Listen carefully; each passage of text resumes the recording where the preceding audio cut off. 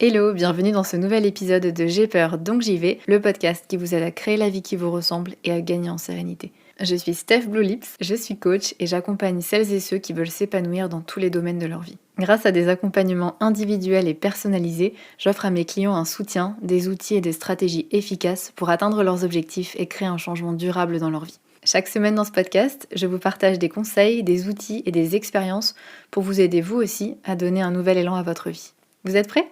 C'est parti! Hello, bienvenue dans ce nouvel épisode. Je suis ravie de vous retrouver aujourd'hui pour un épisode où on va parler du stress et surtout de comment gérer son stress. Et avant de commencer, je voulais vraiment vous remercier très fort pour tout le soutien, tout l'amour que vous apportez au podcast, pour toutes vos écoutes, toutes les étoiles que vous mettez sur vos plateformes d'écoute, parce que ça compte énormément et la preuve, c'est que pendant plusieurs jours, on était top 3 Spotify France, juste après Lena Situation qui était en première et Hugo Décrypte qui était en deuxième. Si vous les connaissez, vous savez à quel point c'est incroyable. Et ouais, c'est juste fou, donc vraiment merci du fond du cœur, c'est grâce à vous. Et au-delà du classement, évidemment, c'est super chouette, mais je crois que ce qui me touche vraiment le plus, ce sont tous vos messages, vous me partagez ce que vous avez accompli, en quoi le podcast vous a aidé, et je crois que ça, c'est vraiment ma plus grande fierté. Donc juste un grand merci. Et pour ce 60e épisode, on va parler de la gestion du stress, et je vous avoue que c'est un gros sujet, parce que en fait, c'est assez technique, c'est assez complexe comme sujet, malgré le fait que ce soit un mot qui soit extrêmement commun et une notion qui soit à première vue extrêmement banale. Et ben en fait, c'est quand même assez complexe et j'ai pas envie de vous faire un épisode superficiel où je vous dis d'aller méditer et puis d'arrêter de stresser. Je rigole, mais en vrai, on m'a déjà dit ça. Bah oui, comme si c'était si facile. Arrête de stresser et puis voilà, c'est tout en fait. Non, clairement, ça ne fonctionne pas comme ça. Et je trouve ça ultra culpabilisant de recevoir cette remarque. Et je crois que d'ailleurs, avant même de commencer, c'est la première chose que je veux vous dire, c'est de ne pas vous juger si vous avez tendance à stresser facilement, ou en tout cas plus facilement que d'autres personnes de votre entourage, professionnel ou personnel d'ailleurs. Ne jugez pas votre stress, c'est pas parce que vous êtes stressé que vous êtes moins bon qu'un tel, qui est plus serein que vous n'êtes pas à la hauteur en fait. Ça n'a rien à voir. Tout le monde ressent du stress, on ne peut pas y échapper, on ne peut pas éliminer complètement le stress de notre vie. Et donc c'est pour ça que apprendre à le maîtriser, à le gérer, c'est indispensable. Donc dans cet épisode, je vais vous partager des techniques et des clés concrètes pour vous aider à gérer votre stress efficacement au quotidien et sur la durée. Mais avant toute chose, je voudrais quand même qu'on définisse la notion de stress. Parce que contrairement à ce qu'on pense, c'est pas une émotion, le stress. Le stress, c'est une réaction physiologique et psychologique réflexe du corps. En fait, c'est un mécanisme de réponse du corps face à une menace, à un challenge, à un changement, tout ce qu'on peut appeler en fait des stresseurs. Un stresseur, c'est quelque chose qui va vous causer du stress parce que c'est perçu par votre cerveau comme une menace, comme un défi. Il y a 4 choses qui sont particulièrement perçues comme des menaces par le cerveau. C'est d'une part quand on a l'impression de ne pas avoir de contrôle sur la situation, qu'on se sent impuissant. Deuxièmement, ça peut être quand il se passe quelque chose d'inattendu ou que vous ne pouvez pas savoir à l'avance ce qui va se produire. Ça, c'est difficile. Il y a cette imprévisibilité qui peut générer un stress. Troisièmement, ça peut être une nouveauté. Il y a quelque chose de nouveau que vous n'avez jamais expérimenté qui se produit et donc vous ne savez pas forcément comment y faire face et ça peut générer un stress. Ou bien quatrièmement, ça peut être parce que votre ego est menacé, parce que vos compétences sont mises à l'épreuve, parce qu'il y a un doute sur vos capacités, par vous, par les autres d'ailleurs. Tout ça, ça peut aussi générer un stress. Donc ça, ce sont vraiment 4 situations qui sont particulièrement perçues comme des menaces par le cerveau. Et d'ailleurs, les stresseurs, ils peuvent être externes. Je sais pas, vous voyez quelqu'un qui arrive en face de vous avec un couteau, je sais pas ce qu'il est en train de faire, mais ça va déclencher immédiatement en vous une réaction de stress. Immédiatement, vous allez sentir votre cœur qui accélère, vos muscles qui se tendent, parce que c'est ça en réalité le stress. C'est d'abord physiologique, c'est d'abord dans votre corps.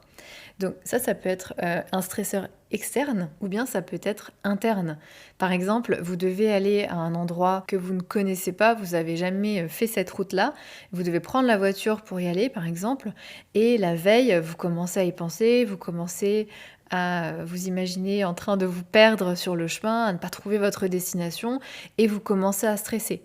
Mais en soi, à ce moment-là, vous n'y êtes pas, vous n'êtes pas dans la voiture, vous êtes toujours chez vous bien au chaud et vous êtes en train d'imaginer, de projeter quelque chose. Et ça, c'est à l'intérieur de vous, mais n'empêche que ça provoque une réaction physique. Vous commencez à stresser, vous avez peut-être les mains moites, vous avez le souffle un peu court, vous vous sentez pas très bien. Et pourtant, c'est quelque chose qui vient de l'intérieur de vous. Ce sont simplement vos pensées et ce que vous imaginez qui génère ce stress.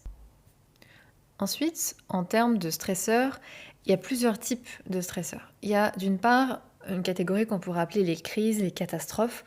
Donc une pandémie, concrètement, voilà, c'est un très bon exemple. Une inondation, une guerre. Ensuite, il y a également une catégorie qu'on pourrait appeler des événements, des moments importants de la vie, qui peuvent être d'ailleurs positifs ou négatifs. Positifs, typiquement un mariage. Avant de se marier, très souvent les personnes sont très stressées. Et pourtant, c'est un événement très positif. Mais ça peut être aussi un décès, ça peut être entrer à la fac, déménager, la naissance d'un enfant. Voilà, ça peut être des événements, des moments de vie qui sont positifs ou négatifs, mais qui peuvent créer un sentiment d'incertitude, d'inconnu, de peur, qui va du coup générer un certain niveau de stress. Ensuite, il y a également les stresseurs ambiants. En fait, je ne sais pas trop comment les appeler autrement. C'est ce qui fait partie de votre environnement. Donc ça peut être la pollution, le bruit, le fait qu'il y ait beaucoup de monde, beaucoup de circulation. Ces stresseurs qui font partie de notre environnement, ils peuvent avoir un impact négatif sur nous, sans qu'on en soit forcément conscient. Si vous travaillez peut-être dans un open space, ça peut ajouter à votre stress si vous en avez ou simplement générer du stress. Voilà, donc ça c'est un autre type de stresseur. Et puis il y a évidemment les micro-stresseurs, ce sont les tracas du quotidien, les petits désagréments, des choses un peu plus mineures. Par exemple, vous êtes convoqué par votre chef, il ne vous a pas dit pourquoi. Vous avez une dépense qui arrive et que vous n'aviez pas forcément planifié et qui du coup vous stresse un petit peu. Typiquement, il faut changer une pièce de votre voiture et ça va vous coûter un rein. Ou je sais pas, vous devez faire une présentation au travail par exemple, vous avez un entretien d'embauche, vous allez à un date, votre binôme au travail vous annonce qu'il ou elle démissionne et vous vous demandez comment vous allez vous en sortir, donc ça va déclencher du stress, de la peur, de l'appréhension, des doutes, etc. Vous avez peut-être une deadline, il y a des embouteillages pour aller au travail le matin, vous avez peut-être des conflits au travail ou dans votre famille ou dans votre foyer. Peut-être que vous devez voyager, prendre une décision. Donc voilà, tout un ensemble de facteurs de stress quotidien auxquels on est tous confrontés. Mais c'est important de dire quand même que les stresseurs sont neutres. Tout le monde ne perçoit pas un événement de la même manière et certaines personnes vont percevoir un certain événement comme stressant quand pour d'autres ça va être peut-être inconfortable, peut-être gênant mais pas forcément stressant. Par exemple, pour ma part, faire une conférence devant plein de personnes c'est quelque chose qui me stresse beaucoup mais pour un politicien qui fait ça quotidiennement ou presque, ça va peut-être pas l'être. Et je pense que c'est vraiment important de souligner ça, que les stresseurs, pour la plupart, sauf peut-être les catastrophes et les crises, pour la plupart, ils sont neutres. C'est pas l'événement en lui-même qui est stressant. Ce qui varie, c'est le degré de réponse de chaque individu. Il y a une citation que j'aime beaucoup qui est « Ce qui est important, ce n'est pas ce qui nous arrive, mais la manière dont on le prend ». Et la personne qui a dit ça, c'est Hans Selye. C'est un médecin qui a fondé des théories sur le stress, justement, qui était vraiment un pionnier sur ces questions-là dans la première partie du XXe siècle. Et c'est tout à fait ça. Si vous êtes face à un challenge, si vous êtes face à un défi, je ne sais pas, dans votre travail, pendant votre scolarité ou peu importe, pour certaines personnes, elles vont le percevoir comme quelque chose de stimulant, elles vont vouloir se dépasser, elles adorent relever des défis, etc. Et pour d'autres personnes dans cette exacte même situation, ça va être la panique, elles vont se demander comment je vais y arriver, est-ce que je vais être à la hauteur, comment je vais trouver le temps pour faire ça, etc. Donc voilà, si vous êtes plutôt de cette deuxième catégorie, je pense que ce podcast va énormément vous plaire. En tout cas, je l'espère. Mais le stress en soi, il n'est pas mauvais, il n'y a pas de mauvais stress. C'est une réaction de notre organisme pour s'adapter, pour être au maximum de ses capacités face à un danger, face à une menace. C'est un mécanisme évolutif qui est en réalité super utile pour notre survie. Parce que quand on stresse, on va avoir de l'adrénaline dans le sang, notre rythme cardiaque et respiratoire va accélérer, donc on va avoir nos muscles qui vont être beaucoup plus oxygénés, ils vont être tendu. En fait, on est prêt à fuir, on est prêt à se battre. Nos pupilles peuvent se dilater, donc du coup, on va mieux voir, on va mieux capter la lumière. Donc, en réalité, si on n'avait pas ce mécanisme du stress, ça serait dangereux pour notre survie. Parce que tout ça, ça nous permet de réagir en cas de danger. Et même au quotidien, le stress a ses bons côtés en réalité. Il nous permet de nous surpasser, autant physiquement que mentalement d'ailleurs. Si on a une date limite, si on a une deadline qui approche au travail, ça va nous motiver à accomplir des tâches, ça peut nous booster. Le problème, c'est lorsqu'on ressent du stress pendant trop longtemps ou trop intensément.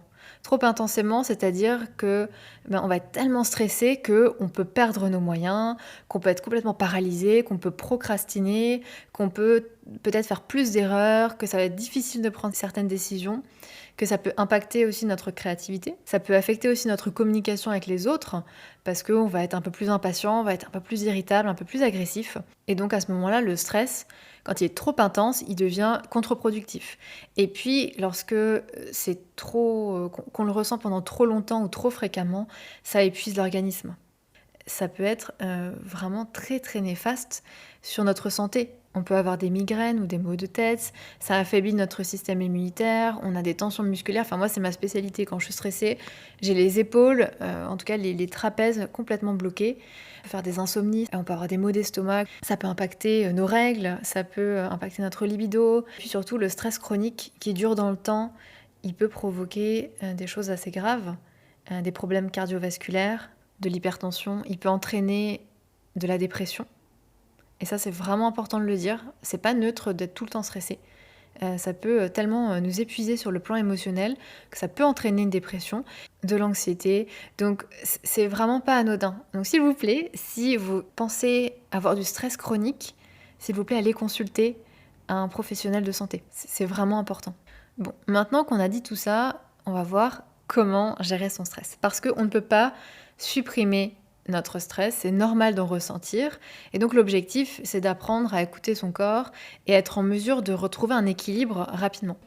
Et pour ça, la toute première clé, la toute première chose que je vous propose de faire, qui est vraiment importante, c'est de repérer vos symptômes et les signes que vous êtes stressé. Parce que ça paraît évident en fait, mais parfois on ne se rend pas compte qu'on est stressé, le stress monte, et parfois on peut aussi être un petit peu dans le déni face à notre propre stress. Donc c'est vraiment important de repérer les premiers signes du stress pour agir et pas le laisser monter trop. Alors par exemple, un signe, c'est que vos pensées partent dans tous les sens.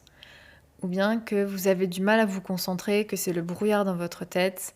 Peut-être que vous avez votre rythme cardiaque qui est accéléré, votre cœur qui bat super fort. Peut-être que vous avez le souffle court, peut-être que vous transpirez, peut-être que vous avez des problèmes de mémoire, que vous perdez vos mots, que vous avez un blanc, que vous savez plus trop ce que vous devez faire. Peut-être que vous procrastinez aussi. Peut-être que vous vous sentez un petit peu irritable, que vous êtes impatient, que vous énervez plus facilement. Moi, je sais que j'ai tendance à bouger mes jambes super rapidement quand je suis vraiment stressée. Peut-être que vous avez des sautes d'humeur, mal à la tête, ça aussi, moi je suis la spécialiste. Un endroit très précis derrière mon crâne. Et là, je sais que c'est le stress. Peut-être que vous avez tendance à faire plein de tâches en même temps, à faire du multitasking, à partir un peu dans tous les sens, du mal à dormir. Peut-être que vous avez tendance à aller vous tourner vers la nourriture, et notamment le sucre, à être distrait, du coup à scroller un peu les réseaux sociaux. Ça peut être aussi des comportements comme ça en réalité qui sont des mécanismes mis en place pour gérer le stress mais qui ne sont pas forcément efficaces ou qui créent d'autres problèmes, typiquement fumer, boire, c'est pas... Et c'est important d'identifier les différents signes et puis aussi d'identifier les mécanismes si vous en avez évidemment, de gestion du stress qui sont pas forcément sains. Moi, je sais que c'était clairement manger mes émotions. C'était automatique, quoi. Je sentais une montée de stress, et je me levais et j'allais manger un truc, quoi. Et le fait d'identifier ça, ça m'a vraiment permis de mieux gérer mon stress. Deuxième chose que je vous propose, c'est de connaître également vos stresseurs. De repérer la source de votre stress. Parce que parfois, c'est souvent les mêmes choses qui reviennent, et puis parfois non, mais c'est important quand vous commencez à sentir les premiers signes de stress, vous demandez qu'est-ce que vous êtes en train de faire, avec qui vous êtes en train d'interagir, de parler, qu'est-ce que vous êtes en train de penser.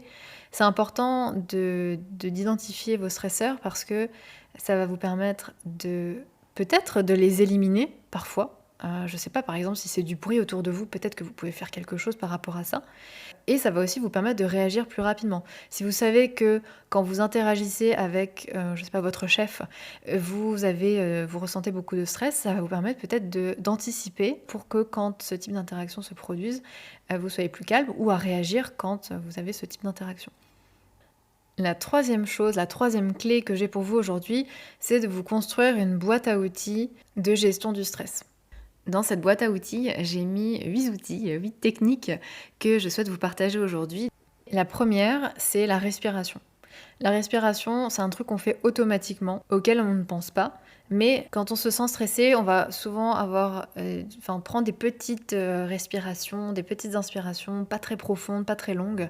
Et du coup, le fait d'avoir cette respiration un petit peu superficielle, presque de l'hyperventilation, ça peut prolonger ou aggraver les symptômes physiques du stress et ça empire les choses. Mais heureusement, on peut modifier délibérément notre respiration.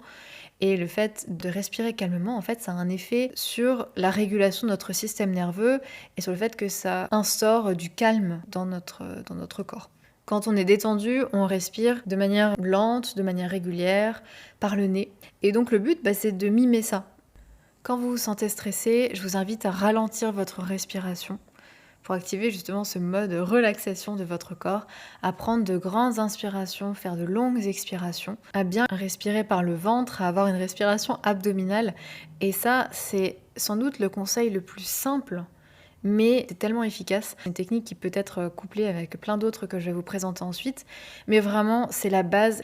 Après, je sais que pour certaines personnes, et moi c'est le cas, le fait de me concentrer sur ma respiration, ça me fait un peu paniquer parce que je me rends compte que j'ai le souffle court et ça me provoque encore plus d'anxiété, etc. Donc si ça vous arrive, moi ce que je vous conseille, c'est ce que je fais, c'est que j'essaye pas de prendre de grandes inspirations, mais par contre je fais de grandes expirations. Et je vide complètement mes poumons. C'est vraiment et je relâche mes épaules, je relâche tout. Et ensuite, je respire normalement, je fais une inspiration sans forcer parce que ça bloque toujours un petit peu, en tout cas j'ai cette impression. Mais vraiment, je me focus sur expirer tout ce que je peux. Rentrer mon ventre, tout expirer, relâcher mes épaules. Et vous pouvez même, si vous voulez même poursuivre l'exercice, alors on n'est plus dans la respiration, mais vous pouvez secouer vos bras, secouer vos jambes, continuer de respirer et relâcher les tensions. Bon, il existe énormément de techniques de respiration, de relaxation. Ici, on va pas parler que de ça. Je pense qu'il y a plein de contenus sur Internet sur le sujet, mais en tout cas, le fait d'y prêter attention et de faire cet effort de ralentir notre respiration et d'avoir des respirations plus profondes, c'est déjà une énorme step. Mais ça demande évidemment d'avoir conscience qu'on est stressé et d'avoir conscience qu'on ne respire pas à plein poumon. La deuxième chose, et là on va faire un petit peu crescendo, donc on commence par les choses les plus simples et les plus applicables rapidement, on va dire. La deuxième chose, c'est de rire. Rire, ça fait toujours du bien, ça libère de l'endorphine, ça aide à réduire l'anxiété.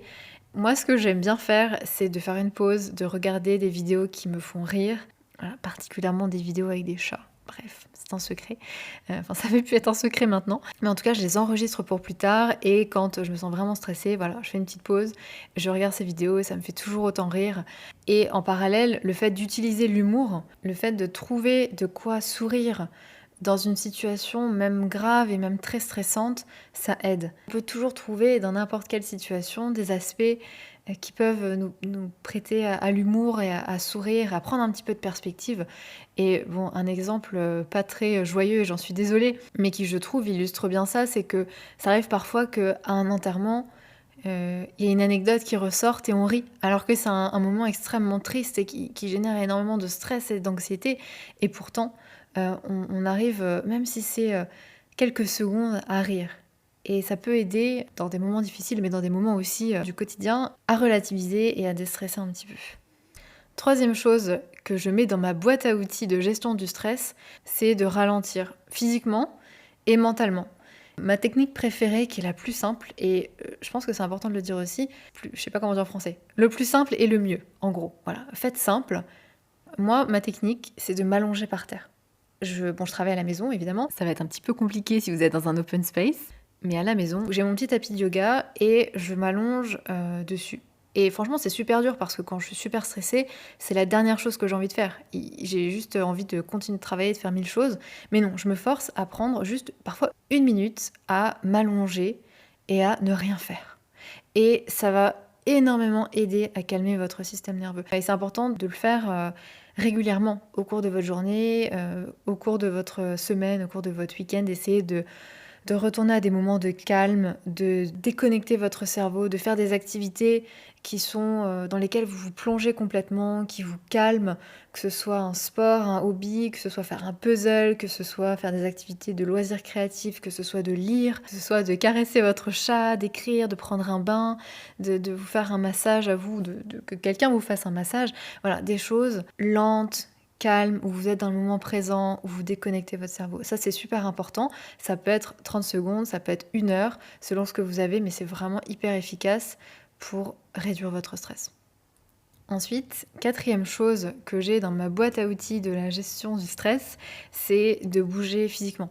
Alors, après, ça dépend, parce que si vous faites déjà un travail qui vous demande de beaucoup bouger, c'est peut-être mieux de faire l'inverse et de vous reposer, de vous allonger. Mais si vous êtes comme moi et que vous travaillez derrière un ordinateur toute la journée, que vous êtes la plupart du temps assis ou assise, c'est mieux de vous mettre en mouvement. C'est d'aller marcher. Alors évidemment, vous pouvez faire une séance de sport, c'est super, mais je crois que l'important, c'est de bouger.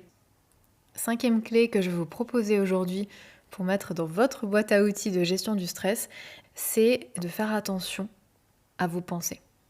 On disait un petit peu plus tôt que ce ne sont pas les stresseurs qui en soi sont stressants, c'est notre perception de ces événements, de ces imprévus, de ces changements qui font qu'on se sent plus ou moins stressé. Certaines pensées génèrent du stress et du mal-être ou bien l'aggravent.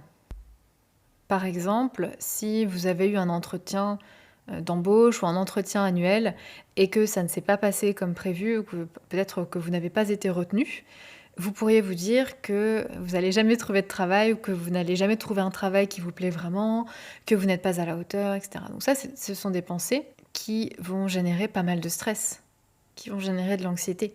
Si vous vous dites que voilà, vous n'avez pas été retenu, peut-être qu'il y avait d'autres candidats qui correspondaient plus au poste et que voilà, vous allez continuer de postuler, vous n'allez pas ressentir le même stress.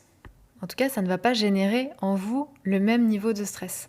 Et ça, c'est vraiment important de voir que si vous avez un discours intérieur, si vous avez des pensées qui sont principalement des inquiétudes, que vous avez tendance à imaginer le pire, à vous dévaloriser, tout ça, ça crée de l'angoisse, ça crée du stress. Et alors, qu'on s'entende bien quand même, toutes ces pensées-là, ce sont des pensées qui, la plupart du temps, sont automatiques. Et vous n'avez pas le contrôle sur ces pensées automatiques. Cependant, c'est important de les repérer et de comprendre l'impact qu'elles vont avoir, l'impact négatif qu'elles peuvent avoir sur vous, votre stress et la manière dont vous vous sentez.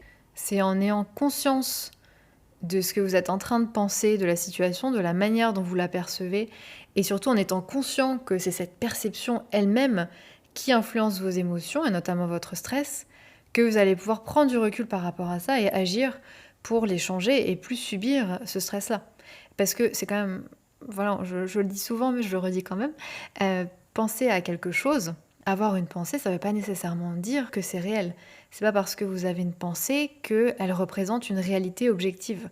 Et comme on l'a vu tout à l'heure, certaines personnes dans la même situation vont la percevoir différemment et certaines vont être stressées et d'autres non. Voilà, donc c'est bien que notre perception a un énorme rôle sur comment on se sent. Donc ce que je vous propose, c'est que lorsque vous êtes stressé, identifiez ce que vous êtes en train de vous dire. Demandez-vous qu'est-ce que je suis en train de penser de la situation. Par exemple, vous avez loupé votre avion et vous vous sentez hyper stressé et vous vous rendez compte que vous êtes en train de vous dire que c'est une catastrophe et que vos vacances sont gâchées. Donc naturellement, vous ressentez de l'anxiété, de la colère, de la tristesse. Donc voilà, vous avez identifié ce que vous êtes en train de vous dire.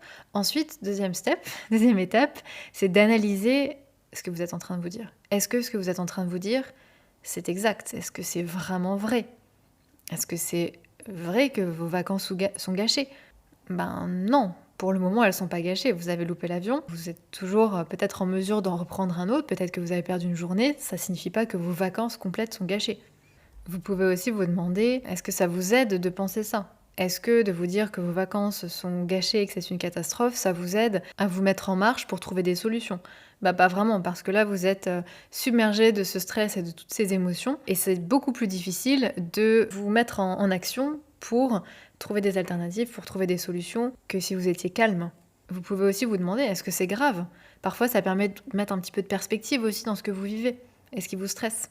Vous pouvez vous demander quel est le pire qui puisse arriver. Et parfois on se rend compte que Même le pire du pire, ça va, c'est pas si horrible que ça, c'est pas si grave que ça, on aura peut-être des ressources pour y faire face. Et puis ce que je vous propose ensuite, et ne vous inquiétez pas, je vais vous donner des exemples vraiment détaillés ensuite, mais ce que je vous propose ensuite, c'est d'essayer d'adopter des pensées qui soient plus justes, qui soient plus réalistes et qui soient plus soutenantes pour vous, qui vous aident. Voilà. Par exemple, vous avez imaginé le pire scénario possible, que ferez-vous si ça arrive? Imaginons que vous avez une présentation à faire au boulot devant tous vos collègues et que vous vous dites que vous allez pas assurer, que vous allez peut-être bégayer, que vous n'allez pas savoir répondre aux questions, que ça va être une catastrophe. Ben, si ça arrive et que ça c'est le pire scénario possible, bon déjà c'est pas si grave et sans doute que c'est déjà arrivé à d'autres personnes et qu'on ne leur en a pas tenu rigueur, j'ai du mal à formuler cette phrase. Et puis aussi, ben, qu'est-ce que vous faites si ça arrive? Peut-être que vous pouvez déjà vous imaginer et vous préparer à prendre une inspiration, une expiration, faire une pause d'une demi-seconde, reprendre vos notes, reprendre vos esprits et puis repartir. Et donc là, ça peut vous servir. Vous êtes en mode résolution de problème, anticipation utile et pas anticipation catastrophe, qui vous stresse du coup. Vous pouvez aussi vous dire, qu'est-ce que je peux me dire qui soit plus juste et plus utile? Par exemple, pour reprendre l'exemple de l'avion, bah, vous pouvez vous dire simplement, ok, bon ben là, l'avion c'est fait. Maintenant, qu'est-ce qu'on fait? Quelles sont les solutions? Ça peut être une autre question à vous poser. Comment est-ce que je peux résoudre ce problème? Et là, vous êtes encore une fois dans quelque chose d'utile. Si vous vous dites que vous allez foirer votre présentation, qu'est-ce que vous pouvez faire pour réussir? Alors qu'au contraire, quand vous vous dites que vous n'allez pas y arriver, que c'est difficile et que le stress monte, bah, vous allez procrastiner, vous allez repousser, alors que ce que vous avez besoin en réalité, c'est de commencer à préparer la présentation le plus tôt possible pour être vraiment au top. Mais comme vous êtes stressé, vous allez procrastiner, repousser, et c'est tout l'inverse de ce dont vous avez besoin. Donc votre stress, là, il ne vous aide pas. Vous pouvez aussi vous demander, qu'est-ce que je dirais à un ami? Ça aussi, ça vous permet de prendre de la perspective. Comment je peux faire en sorte que ça se passe mieux la prochaine fois? Imaginons que ça s'est pas hyper bien passé, justement. Ben, plutôt que vous auto-flageller et vous avoir tout un tas de pensées qui vont vous générer beaucoup de stress et beaucoup d'anxiété et beaucoup de culpabilité et qui ne vous aident pas à avancer, ben, vous pouvez plutôt essayer de doucement vous demander comment est-ce que je peux faire en sorte que ça se passe mieux la prochaine fois. Essayez de trouver des leçons pour aller de l'avant et vous améliorer. Voilà, ça c'est vraiment essentiel pour gérer votre stress, c'est de faire attention aux pensées qui génèrent du stress ou encore plus de stress. De faire attention aux pensées catastrophes, de faire attention aux inquiétudes, de faire attention à vos interprétations, qui sont des interprétations, mais comme on les pense vraies, ça nous génère pas mal de stress. Bien sûr, c'est pas évident de faire ça sur le coup, pendant la situation, prendre conscience de vos pensées, de les analyser, de les challenger, d'essayer d'avoir des pensées un peu plus justes, un peu plus aidantes. Ça demande un certain entraînement, et c'est tout à fait possible, et je vous invite pour commencer à le faire par écrit, après la situation, d'essayer de l'analyser, de vous poser les différentes questions que je vous proposais pour prendre du recul dessus. Et prendre cette habitude et ça deviendra de plus en plus facile. Ensuite, pour continuer avec notre fameuse boîte à outils de gestion du stress, la 6e clé, en réalité c'est une compétence à acquérir, c'est d'être un peu plus flexible. Le fait de vouloir ou d'attendre que les choses soient faites d'une certaine manière, qu'elles se passent d'une certaine manière, inévitablement ça conduit à du stress, à de la frustration parce que malheureusement, ça arrive que les choses ne se passent pas comme prévu, qu'il y ait des imprévus, qu'il y ait des nouveautés, qu'il y ait des changements. Et pour y faire face, c'est important d'être flexible, d'essayer d'avoir cette attitude face au changement d'ouverture, de voir le changement comme une source d'opportunité et pas comme une menace. Alors évidemment, c'est pas évident, mais c'est quelque chose qui se travaille. Et c'est super important parce que si chaque changement et chaque imprévu, vous le voyez comme une menace, comme quelque chose que vous n'allez pas savoir gérer, qui vous déstabilise, qui change vos plans, et que vous avez cette attente consciente ou inconsciente qu'il faut que les choses se passent comme elles sont prévues et que ça ne change pas, vous allez automatiquement, à un moment donné, ressentir du stress, de la frustration, parce que les choses changent. Le changement, c'est un processus naturel, les imprévus, ça fait partie de la vie. Et parfois, en fait, on peut avoir tendance à résister, à lutter contre ça, et forcément, ça génère du stress. Et le fait d'aborder un état d'esprit plutôt positif face au changement, d'essayer d'y voir les opportunités, d'essayer de voir, même s'il y a aussi peut-être du négatif pour vous, d'essayer aussi de voir ce qu'il peut y avoir de positif, ça peut vous aider à maîtriser votre stress dans ces situations-là. et à rebondir, à être résilient. Et puis, dans la flexibilité, je voudrais aussi parler du fait d'être flexible avec vous-même. Parce que parfois, on peut être assez exigeant avec soi-même, assez perfectionniste. On a des attentes envers nous-mêmes, on veut que les choses soient faites de telle façon. On se dit qu'il faut absolument, je dois, il faut. Ce sont des fausses obligations qu'on s'impose, mais qui du coup font que c'est un peu rigide et que comme on ne peut pas toujours atteindre ces standards-là et répondre toujours à ces obligations-là parce que la vie fait que, eh ben, on se retrouve frustré et stressé. Au travail, si vous avez un énorme dossier à régler et que vous n'avez pas suffisamment de temps, vous avez l'option A qui est de stresser à fond et d'essayer de quand même tout faire et de quand même faire les choses parfaitement au risque de vous épuiser. Ou avec un petit peu de flexibilité, vous dire que oui, vous êtes plutôt perfectionniste, vous aimez que les choses soient bien faites, mais là, il faut aussi prendre en compte que vous n'avez pas toutes les ressources ni le temps nécessaire, et donc vous pouvez faire juste bien, et c'est ok, et ne pas vous stresser pour faire ce qui est impossible de faire en fait. Donc la flexibilité, ça a vraiment son importance dans la gestion du stress. Une autre clé qui est vraiment essentielle pour gérer votre stress, c'est de faire la différence entre ce que vous pouvez contrôler et d'accepter ce que vous ne pouvez pas contrôler. Parce que parfois on essaye, et ça rejoint un petit peu ce que je disais avant, mais on essaye de contrôler des choses sur lesquelles on n'a pas le contrôle, des situations qui sont complètement hors de notre contrôle, en tout cas en partie. Et donc du coup, ça nous génère du stress, ça nous génère beaucoup d'inquiétude, sans que ça ait de réel impact sur la situation, puisque je ne peux pas la contrôler, et tout ce que ça impacte, c'est moi. Si le matin je suis coincée dans les bouchons pour aller au travail et que je me dis que c'est insupportable, que c'est ridicule, toutes ces personnes sur la route et je vais perdre tellement de temps et combien je perds de temps dans mes journées dans la voiture, etc. Enfin, toutes ces pensées-là qui me génèrent du stress, peut-être même de la colère, en soi, ça ne change rien à la situation. Ça ne va pas faire avancer les voitures plus vite, ça ne va pas me faire arriver plus vite, mais par contre, ça a un énorme impact sur comment je me sens émotionnellement. Et donc dans ces situations-là, c'est vraiment hyper important de voir que, ok, là, j'ai pas le contrôle. Peut-être qu'il y a des choses sur lesquelles j'ai le contrôle et donc il faut que j'agisse dessus, ok. Mais si j'ai pas le contrôle, il faut que j'apprenne à lâcher prise, à accepter. Alors accepter, ça veut pas dire je suis contente, super, je suis dans les bouchons, j'adore. C'est faire la paix avec les choses telles qu'elles sont en fait. C'est comme ça. Donc je fais la paix et j'essaye de concentrer mon attention soit sur ce que je peux contrôler, soit sur autre chose. Par exemple, simplement écouter un podcast, réfléchir à quelque chose d'important pour moi. Mais en tout cas, ne pas me générer ce stress qui ne change rien à la situation, mais qui m'impacte moi de manière désagréable. Et enfin, la 8e clé, c'est d'en parler, c'est d'échanger. Et le fait de parler de votre stress, de le partager, ça peut vous aider à trouver du soutien, à être rassuré, à voir que peut-être que c'est normal en fait, tout simplement, à trouver du réconfort, à prendre du recul peut-être aussi sur la situation. Donc c'est important et utile de pouvoir parler, de pouvoir échanger quand vous vous sentez stressé.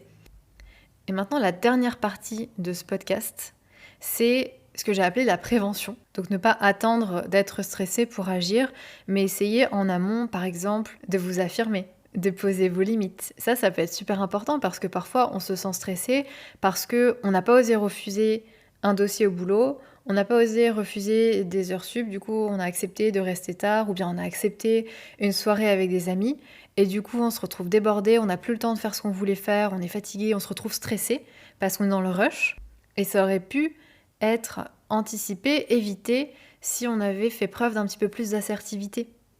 Et donc ça, c'est une compétence qui a son intérêt, clairement, dans la gestion du stress. Le fait d'être assertif, de savoir s'affirmer, ça permet de pouvoir faire face plus sereinement aux situations de tension quotidienne, à les désamorcer. Donc c'est super important et ça va vous permettre d'éviter de futurs moments stressants. Ça peut être aussi important en prévention, encore une fois, de gérer efficacement votre temps, d'organiser vos tâches, d'établir vos priorités, ça c'est super important. Parfois, on est stressé parce qu'on a plein de choses à faire, on est débordé, on ne sait plus où donner de la tête. Le fait de se poser et de vraiment réfléchir à ok, qu'est-ce qui est absolument prioritaire, d'accepter qu'on ne peut pas tout faire et donc de choisir, de prioriser certains objectifs, ça permet de réduire un petit peu le stress. De la même manière, je vous invite à vous fixer des objectifs qui soient réalistes, parce que ça aussi, c'est un gros facteur de stress d'avoir des objectifs qui sont inatteignables, qui sont d'avoir des to-do qui sont trop remplis, où vous savez quand vous l'écrivez que ça va être compliqué. Voilà, là, non, à éviter. Et de la même manière, dans la gestion de votre temps, c'est important de connaître votre rythme et de ne pas oublier de consacrer du temps à vos loisirs, à du repos, à ces fameux moments de calme dont je vous parlais en début d'épisode et qui sont absolument indispensables. Mais n'attendez pas d'être submergé de stress pour prendre ces moments. Une autre clé qui peut vous aider à anticiper et à éviter de futurs moments stressants, c'est de bien gérer votre budget. Ça, c'est aussi une super compétence à avoir et ça peut vraiment vous permettre de réduire votre stress du plan financier. Et puis enfin, et bon, c'est un peu logique, donc c'est pour ça que je l'ai mis à la fin, mais c'est quand même super important de le rappeler, le fait d'avoir une hygiène de vie saine, c'est la base pour aider à prévenir le stress. Le fait de bien dormir, c'est évidemment extrêmement important, d'avoir un bon sommeil parce que ça va vous permettre d'être beaucoup plus détendu. Le fait de bien manger, de bien boire et puis de bien bouger. Aussi, c'est super important d'avoir cet équilibre-là et ça va vous permettre de réguler votre stress et c'est super important. Voilà pour cet épisode sur le stress et comment mieux gérer son stress. J'espère en tout cas qu'il vous aura éclairé, qu'il vous aura donné des pistes, des outils, Voilà. J'espère qu'il vous sera utile. N'hésitez pas à me faire vos retours sur mon Instagram évidemment, Steph Blue Lips, STEF BLUELIPS, ou vous pouvez aussi m'envoyer un message via mon site internet stephbluelips, écrit de la même manière, .com. Je vous mettrai ça dans la description de cet épisode. Et avant de se quitter, j'allais presque oublier, je vous propose de faire un petit récapitulatif de ce qu'on s'est dit en termes d'outils et de clés. Première chose, c'est de repérer les symptômes, de repérer les signes que vous êtes stressé. Deuxième, c'est de connaître vos stresseurs. Troisième, c'est de développer une boîte à outils du stress. Donc je vous ai proposé de respirer, de rire, de ralentir, de retrouver le calme, de faire des activités calmes, de bouger physiquement, de travailler vos pensées, d'être flexible, de lâcher prise sur ceux que vous ne pouvez pas contrôler, de parler, d'échanger autour de vous sur votre stress. Et puis, quatrième point, c'était de faire de la prévention. Mieux vaut prévenir que guérir. Je vous proposais d'apprendre à vous affirmer, à poser vos limites, à dire non, à bien gérer votre temps, à vous organiser, à établir vos priorités, à bien gérer votre budget, à avoir une bonne hygiène de vie. Tout ça, c'est super important également pour traiter en amont cette question du stress. Voilà pour cet épisode, merci encore d'avoir été là, d'avoir été au rendez-vous. Je vous souhaite une très belle semaine et à bientôt. Ciao!